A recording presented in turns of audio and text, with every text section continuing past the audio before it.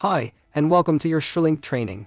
In this video, we will go through the steps on how to delete the travel stops on your new ShurLink Pro remote. So let's get started on your remote home page. You will then use your down arrow and click it twice until the Edit a Device line is highlighted and press the select button on your remote. Next, use the down arrow until the channel you want is highlighted. In this example, we are going to use channel 1 and press the select button.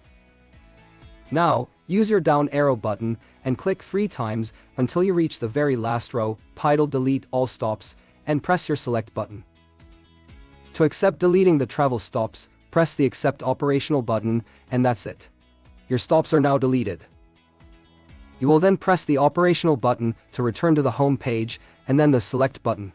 This process is now complete.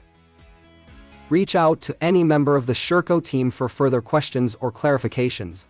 Thanks for watching, and we'll be sure to see you soon.